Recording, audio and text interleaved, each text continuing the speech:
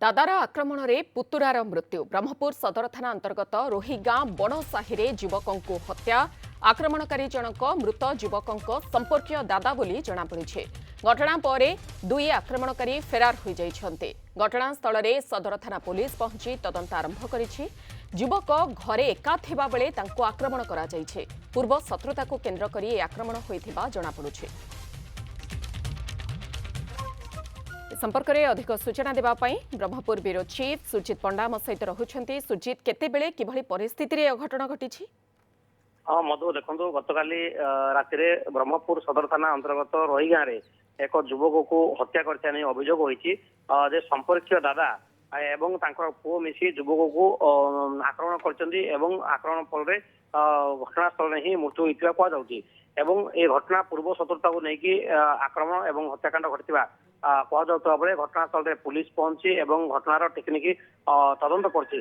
जेबे केहू कारण एवं केहू परिस्थिति रे एभली घटना घटला केवल बापा पुओ मिसी आक्रमण करछन्ति ना आउ किए कि ए घटना अछि से ने अधिक पुलिस तदंत करछि। तदंत पर हत्याकांड स्पष्ट रूप से जना पड़े आशा करा जाउछि। मत जे परिवार लोके बा पाख पड़ोसी कोनोसी सूचना से माने देई पारुछन्ति पुलिस रो प्राथमिक तदंतरु?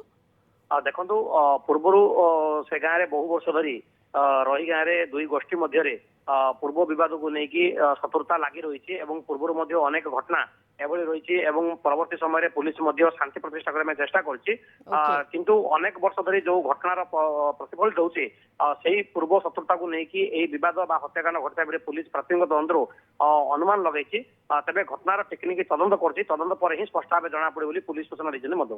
युवकर बयस केते एवं से कौन करुथिले से बाबद तथ्य?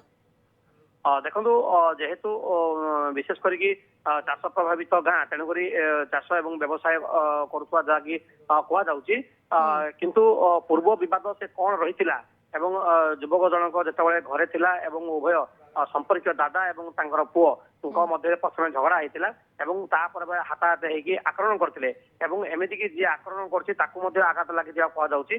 तेणु पुलिस उभय गोष्ठीर को दिग को चिंता करके बर्तमान तदंत करे कौन घटना घटला एवं संपृक्त कई अच्छा कौन कारण थाईपे जेहेतु पुलिस अधिक तदंत कर प्रथम सबको जबत कर पोस्टमार्टम पठे तेणुक यही घटना को प्रथम पोस्टमार्टम सरला घटनार अधिक तदंत कर तदंत पर जे घटनार संपुक्त थी विरोध में दृढ़ कार्यानुष्ठान ग्रहण कर पुलिस कही।